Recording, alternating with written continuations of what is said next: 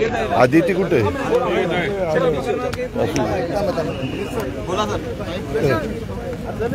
आज तुम्हाला माहिती आहे दुपारी आपण प्रेस कॉन्फरन्स घेतली होती तेव्हा तिथं चर्चा झाली होती. तर आम्ही गव्हर्नर साहेबांची वेळ घेतलेली होती. गव्हर्नर साहेबांनी आम्हाला 4:15ची वेळ दिलेली होती. आता इथं असणाऱ्यापैकी भुजबळ साहेब, हसन मुश्रीफ साहेब, आदिती तटकरे, नितीन पवार, सुनील भुसारा, राजू नवघरे, अनिल भाईदास पाटील असे आम्ही सगळेजण जे इथं होतो ते सगळे मिळून गव्हर्नर साहेबांना भेटलो. गव्हर्नर साहेबांनी व्यवस्थित आमचं सगळ्यांचं ऐकून घेतलं. त्यांच्या पुढं आम्ही विदर्भ, मराठवाडा आणि महाराष्ट्राच्या काही भागामध्ये जे अतिवृष्टी झाली आणि त्याच्यातनं तिथला शेतकरी खूप अडचणीमध्ये आलेला आहे. जवळपास 115 पेक्षा जास्त लोकांचे जीव त्याच्यामध्ये गेलेले आहेत. जीवितहानी झालेली आहे. मोठ्या प्रमाणावर तिथं जनावरं म्हणजे जे पाळीव जनावरं आहेत त्याची पण खूप मोठ्या प्रमाणावर हानी झालेली आहे. आणि पिकांच्या क्रॉपची तर खूप प्रचंड हानी झालेली आहे. त्याच्याकरता ताबडतोब पैसे दिले गेले पाहिजेत. पंचनामे सगळे होत नाही आहेत. तसंच ते गोगलगाय म्हणून एक प्रकार आहे, स्नेल, त्यांनी पण अटॅक केलेला आहे. ते पण पहिल्यांदाच महाराष्ट्रामध्ये घडलेलं आहे. हे सगळं बोलत असताना 1 महिन्यापेक्षा जास्त काळ झाला. मंत्रिमंडळ पण अजून अस्तित्वात आलं नाही. त्याच्यामुळे पावसाळी अधिवेशन सुरू होत नाही. वास्तविक आपल्याला नेहमी माहिती आहे की जुलैमध्ये अधिवेशन, आत्तापर्यंतच्या काळात करोना जरी असला तरी जुलैमध्ये भले 2 दिवसाचं 3 दिवसाचं अधिवेशन व्हायचं आणि हे सातत्याने होत आलेलं होतं. आता ऑगस्ट महिना उजाडला, ते पण होत नाहीये. दोघांच्यावरच ही सगळी जबाबदारी येते. आज आम्ही मुख्यमंत्र्यांची वेळ मागितली होती, पण मुख्यमंत्र्यांचा आम्ही वेळ मागायच्या आधी पुण्याचा दौरा ठरलेला असल्यामुळे आम्हाला वेळ मिळाली नाही. आता उद्याची वेळ आम्ही त्यांना मागितलेली आहे.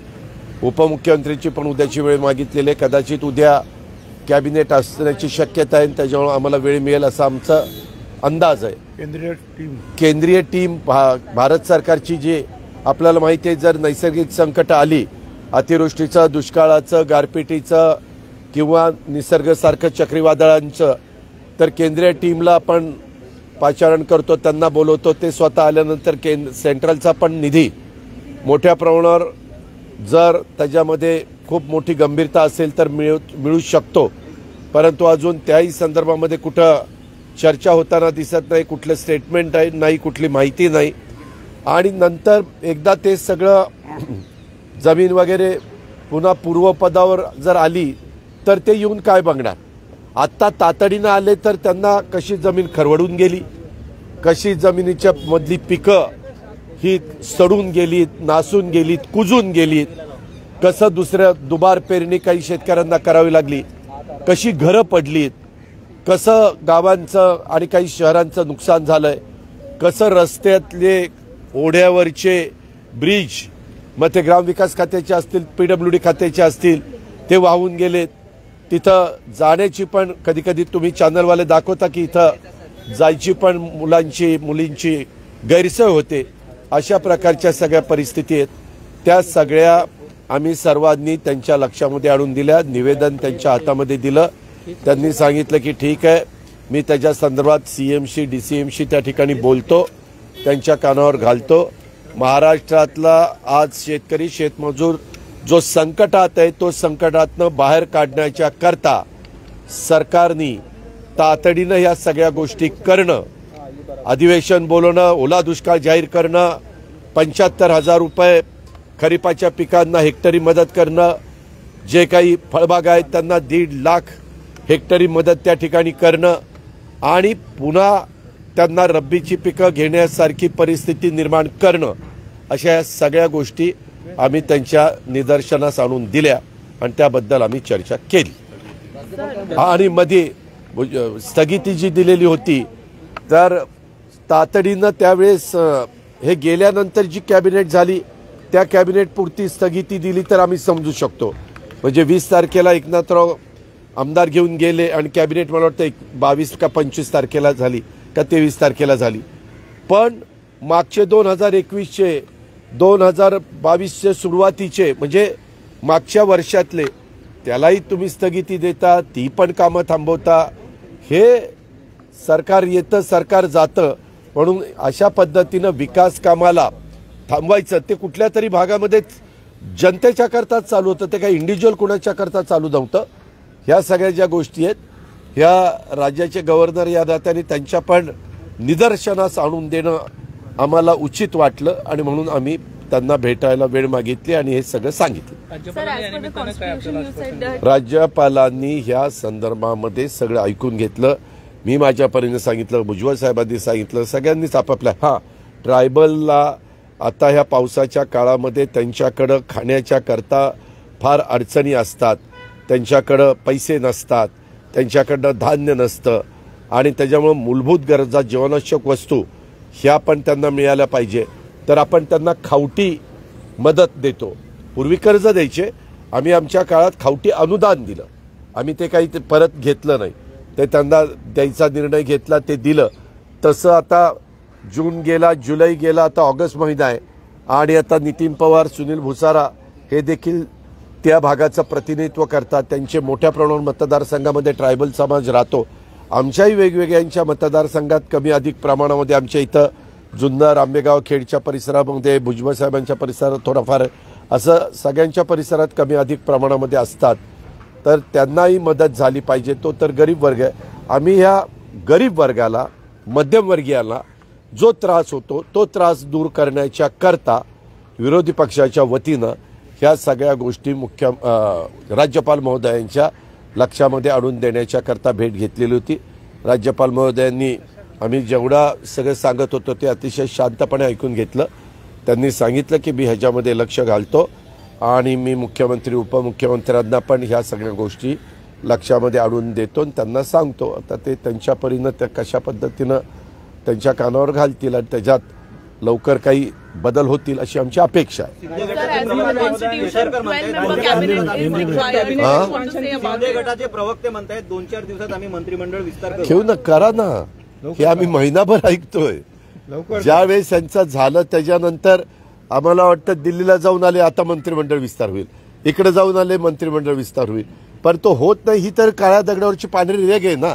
मला खरंच मी सांगतो त्याच्यात राजकारण करायचं नाही, कारण आज राज्याच्या पुढे जे प्रश्न आहेत ते सुटावेत. तिथं फुल फ्लेज मंत्रिमंडळ यावं, तिथं सगळीकडे पालकमंत्री नेमले जावेत आणि त्याच्यातून अडचणीमध्ये असणाऱ्यांचे सगळे प्रश्न त्यांच्या मार्फत मंत्रिमंडळापुढे यावेत आणि मंत्रिमंडळाने तातडीनं निर्णय घ्यावेत. हीच आमची अपेक्षा आहे. ह्याच्यापेक्षा दुसरी अपेक्षा नाहीये. हे सगळं सांगितलं ना, ह्याच गोष्टी सांगितल्या. वन मिनिट शिवसेनेच्या खासदार आहेत भावना गवळी, त्यांनी असं म्हटलंय आता की ईडीनं कोर्टामध्ये असं सांगितलं की माझ्या विरोधात काही पुरावे नाहीये. आता शिंदे गटात गेल्यानंतर त्यांच्या विरोधात, मला त्याच्याबद्दल काहीही माहिती नाही. आम्ही काही इन्क्वायरी करत नाही किंवा आम्हाला त्या एजन्सीच्या संदर्भामध्ये, कारण ती केंद्र सरकारच्या अखत्यारीतली एजन्सी आहे, त्यांना स्वतंत्र अधिकार, ईडी असेल किंवा सीबीआय असेल किंवा वेगवेगळ्या तिथल्या ज्या देश पातळीवरच्या ह्या संस्था आहेत त्यांचा तो अधिकार आहे. त्या पद्धतीनं त्या मेंबर ऑफ पार्लमेंट आहेत, त्याच्यावर त्यांनी एखादं वक्तव्य केल्यानंतर मला माहिती नसताना त्या वक्तव्याच्या बद्दल बोलणं मला उचित वाटत.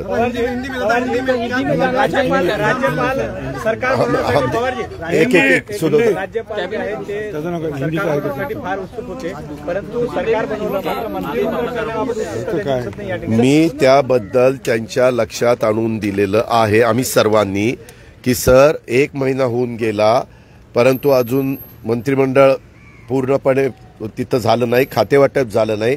त्याच्यावर अनेक जण मुंबईमध्ये मंत्रालयाच्या मोठ्या अपेक्षेने आपल्याला न्याय मिळावा म्हणून येत असतात. त्यावेळेस तिथं अधिकारी सांगत असतात की आमच्या विभागाला अजून मंत्री नाहीये, त्यामुळं आम्हाला मंत्री जोपर्यंत येत नाही तोपर्यंत थोडंसं थांबावं लागेल किंवा मग तुमची फाईल आम्ही मुख्यमंत्र्यांकडे पाठवू, मुख्यमंत्र्यांची सही झाल्यावर त्याबद्दलची पुढची अंमलबजावणी होईल असं अनेक शिष्टमंडळांना अनेकांना ते सांगत असतात. हे झालं एक. आज हमने सब मिलके भुजबल साहब, मुशर्रफ साहब, अदिति तटकरे जी, सुनील भुसारा, नितिन पवार, अनिल भाईदास पाटिल, राजू नवघरे, हम सब मिलके गवर्नर साहब को मिले. आज दोपहर को ही हमने मेरे ख्याल से 12 साढ़े 12 बजे आपके सामने ही मैंने मेरे स्टाफ को बताया कि गवर्नर साहब की शाम की टाइम ले लो। सब गवर्नर जी ने 4:15 बजे महामहिम गवर्नर साहब ने टाइम दिया। हम इतने ही लोग यहाँ थे, इसीलिए हम सब मिलके वहाँ गए। उनको अभी के विदर्भ में महाराष्ट्र के मराठवाड़ा में और कुछ एरिया में जो ज़्यादा बारिश गिरने के बाद बाढ़ आई और उसमें फार्मर्स का बहुत नुकसान हुआ। सोयाबीन का, कपास का, तूर का और ये बाकी जो भी क्रॉप थे उनका नुकसान हुआ। हॉर्टिकल्चर का नुकसान हुआ। बनानास के जो उसके एरिया है उस एरिया में ज़्यादा करके हिंगोली नांदेड़ में वो हमें देखने को मिला। बीच में हम बहुत से एरिया में गए थे, गढ़चिरोली, चंद्रपुर, वर्धा, यवतमाळ, बीड, हिंगोली, नांदेड़, परभणी और उस एरिया में यह हमने सबने देखा। अभी हमारे साथ जो एमएलएज है उन्होंने भी अपने अपने एरिया में देखा। तो ये इसमें बहुत नुकसान हुआ है। लोगों को जल्द से जल्द मदद होनी चाहिए। उसमें से करीबन ये बारिश के वजह से 125 लोग मर गए। उसमें बहुत से जो जानवर है ज़्यादा करके जो हमारे फार्मर्स रखते हैं, गाय हो, भैंस हो, ये उसमें बहुत से बह गए। उनको भी मदद अभी तक नहीं मिली। जो मर गए उनके रिलेटिव्स को 4-4 लाख रुपए मिल गए, लेकिन ये एनिमल के बारे में कुछ मदद अभी तक नहीं हुई। और वहाँ जो क्रॉप उनका गया है, पूरी मिट्टी उनके खेत में से चली गई है, निकल गई है। वो पानी में बहकर रिवर में चली गई और उनका तुरंत तो आगे कुछ वहाँ क्रॉप आने वाला नहीं है। उसके लिए डिसीजन लेना चाहिए। एनडीआरएफ और एसडीआरएफ इसमें से कुछ मदद मिलती है, लेकिन वो मदद बहुत कम है, इतनी कम है कि उससे कुछ होने वाला नहीं। अगर वो मदद देने के लिए कोई गए तो फार्मर्स बोलेंगे हमें नहीं चाहिए तुम्हारी मदद। इसीलिए हमारा गवर्नमेंट जब उद्धव ठाकरे साहब के नेतृत्व में था, तब हम एनडीआरएफ और एसडीआरएफ के जो मदद का नॉर्म्स है उससे ज्यादा 3 गुना ज्यादा से ज्यादा मदद देने की कोशिश करते थे। क्योंकि फार्मर्स फिर ठीक तरह से अपनी खेती कर सके, अपने आप परिवार आगे चला सके। ऐसा हमारा टाइम पे रहता था। और ये सब होते हुए आपको पता है कि करीबन 1 महीने से ज़्यादा दिन हो गए हैं तो भी कैबिनेट नहीं आई है। कैबिनेट जिसको लेना है नहीं लेना है वो उनका अधिकार है, तो उसमें डिपार्टमेंट का भी जिम्मेवारी देनी चाहिए, वो भी नहीं दे रहे। इसीलिए गार्डियन मिनिस्टर वहाँ अलग अलग डिस्ट्रिक्ट में होना चाहिए, वो नहीं है। इसीलिए डिस्ट्रिक्ट के जो फार्मर्स है जिनको प्रॉब्लम है, वहाँ के जो हमारे विधायक है उनको किसी को मिलना है तो कलेक्टर को या सीओ को या एसपी को वो मिल सकते। लेकिन एज अ गवर्नमेंट इसके नाते वहाँ गार्डियन मिनिस्टर होते। ये भी नासिक में थे, मैं पुणे में था, ये नगर में थे, अदिति रायगढ़ में थी। तो काम में थोड़ा जल्दी काम करने के लिए मदद हो सकती है। इसीलिए हमने बताया हमें तो उन्होंने करना चाहिए जिनको करना। फिर जुलाई में हमेशा आप सभी मीडिया को मालूम है, जुलाई में ये सब इशू अपने अपने एरिया के विधायकों को असेंबली में रखने के लिए एक सेशन होना चाहिए। तो रेनी सीजन में जुलाई में सेशन हमेशा होता है, अपने बम्बई में ही होता है। लेकिन अभी जुलाई गया, हम 18 तारीख को करने वाले थे, लेकिन हमारी मिनिस्ट्री चली गई। फिर सुनने को मिला 25 को है, फिर मिला 1 को है, फिर अभी बाहर से मालूमात मिलती कि 8 अगस्त को है। ये ऐसा आगे आगे जा रहा है। तो वो भी एक इम्पोर्टेंट काम है, उसमें भी अलग अलग विधायक वहाँ अपने अपने एरिया के सब कुछ। अभी ये हम मराठी में उसको गोगलगाय बोलते हैं, स्नेल, हिंदी में घोंगा, स्नेल बोलते हैं इंग्लिश में। वो कभी अपने महाराष्ट्र में फार्मर्स को तकलीफ उनके क्रॉप को दे रही है, ऐसा देखने को नहीं मिला। लेकिन इस दफ़ा पहली दफ़ा हमारे बीड डिस्ट्रिक्ट में, फिर थोड़ा बहुत उस्मानाबाद डिस्ट्रिक्ट में, फिर लातूर डिस्ट्रिक्ट में ये सब हमने देखा है। हमने मीडिया में भी देखा है, पढ़ा है, इलेक्ट्रॉनिक में, प्रिंट मीडिया में, और इसके बारे में भी हमने गवर्नर साहब को बताया और कल सीएम डीसीएम को भी हम बताने वाले हैं। उनको भी मदद होनी चाहिए। एसडीआरएफ एनडीआरएफ में नॉर्म में वो उसके बारे में मदद नहीं है। ये इंश्योरेंस कंपनी बोलती है कि हम देने वाले नहीं, क्योंकि इंश्योरेंस कंपनी, जब हम इंश्योरेंस उतरते हैं क्रॉप का, तो किस लिए, क्या होने के बाद इंश्योरेंस मिल सकता है, तो उसमें ये का बिल्कुल ये नहीं है, मेंशन किया नहीं है, ऐसा सब है। तो ये सब हमने करीबन आधा घंटा दिया था गवर्नर साहब ने हम सबको, सबने अपने अपने हिसाब से ये सब इशू वहाँ रखे। और ट्राइबल लोगों के लिए जून में, जुलाई में खाउटी, हम लोन नहीं बोल सकते, उनके अनुदान बोल सकते, मदद बोल सकते, वो देने का उद्धव ठाकरे जी के सरकार में हमने शुरुआत की थी। तो रेनी सीजन में हमारे ट्राइबल लोगों को बहुत तकलीफ होती है कि उनके पास कोई अनाज नहीं रहता, उनके पास ये बाकी के जो परिवार चलाने के लिए जो भी लगता है वो नहीं होता, इसीलिए उसका पैकेज देते हैं मेरे ख्याल से, वो पैकेज भी नहीं दिया। तो ये सब जो सवाल है वो सवाल जल्द से जल्द हल होने चाहिए और लोगों को मदद होनी चाहिए। इसके वास्ते ही हम गवर्नर को मिले और ये सब उनको बताया। गवर्नर साहब जी ने बताया कि मैं इसके बारे में सीएम साहब के साथ और डिप्टी सीएम के साथ बात करूंगा, उनको भी बताऊंगा कि अपोजिशन वाले आए थे और उन्होंने ये इशू निकाले हैं, तो आप उसमें ध्यान दे दो। और हाँ, सेंट्रल की जो टीम आती है, आपको सबको मालूम है, ऐसा जब सिचुएशन तैयार हो जाती है तो सेंट्रल की टीम आ जाती है। अभी ये सब होते हुए करीबन 3 वीक हो गए, करीबन 25 दिन होने के लिए आए, तो भी अभी तक वो टीम नहीं आई। फिर वो अगर देर से आई तो वहाँ जो हुआ था वो नहीं रहेगा। क्रॉप वगैरह, फार्मर्स तो दूसरा कुछ ना कुछ उसका आगे का सोचेंगे ही सोचेंगे।